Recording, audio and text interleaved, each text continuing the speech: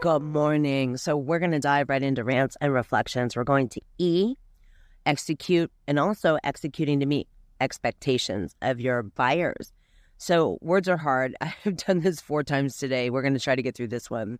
So the thing about execution is a lot of us wing it in our business. We wait till the orders come in and then we execute, or we will execute only on like a launch for some service providers, or we only execute when we feel like we have tasks to do. And I'm going to challenge you that that doesn't work, right? We want to have an executable plan, at least for part of our week. Sometimes execution plans in production, where I am in the coffee business, are day by day. So we have certain things that are roasted on a Monday, on a Tuesday, on a Wednesday, because you have to roast coffee, then package it. There's a lot going on. And so we have to have an executable plan that's repeatable, that no matter what happens, we can do this week after week, because we have orders to fill. We have projections of things that are going to need to be done.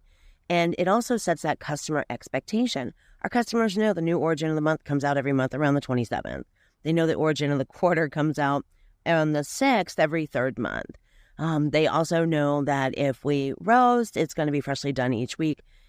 Whatever it is, we are actually setting ourselves up through execution to have that maintained customer expectation, so that we have those loyal repeat buyers over and over and over, because they know how to do business with us. They know that we're going to be consistent. Now, I'm going to take a second. I'm going to throw my gorgeous daughter under the bus. My gorgeous daughter under the bus is because she is a fantastic candle maker and wax melt maker and fragrance person. And she has developed some tremendously successful things. At the same time, trying to get her to do a project plan was almost impossible, where it was like you pour on Monday, you pour on Tuesday, you cure or whatever. And it was because she got bored. Why did she get bored? Because, well, she's entrepreneurial, and the execution piece of her felt very boring to her. It felt very hard. And I'm going to tell you that for a lot of us in the beginning, particularly, we do get bored. We want to chase the next thing. We want to see the new thing come out or whatever. But there's a self-discipline that needs to develop inside doing this execution over and over and over. Because I'm going to promise you, a lot of consumers and a lot of business owners who are not entrepreneurial, meaning that they're more operational, they want to know that they're going to do business with someone who is going to always meet that customer expectation. And that execution plan and the way that you do your business is going to determine whether or not you're always finding new customers, or whether or not you are absolutely capable of keeping people in your world for a very long time. Because once you do good business and you set those customer expectations to the highest qualities and service, you will have no trouble keeping people in your world. So execution and expectations kind of go hand in hand, and you need both.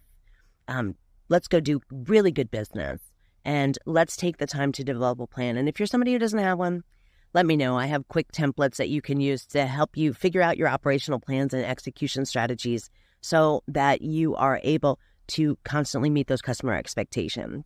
Later on, I am going to do a letter that talks about kind of buyer psychology a little bit, like early adopters and those things, and why you should be also executing to 90-day periods. So inside those 90 days, you have time to tweak and make changes. But that's the other part. Execution can be very, very boring for a lot of us. We have to develop the discipline or hire somebody to do that execution piece, so that we can meet those customer expectations and do really great business. See you soon.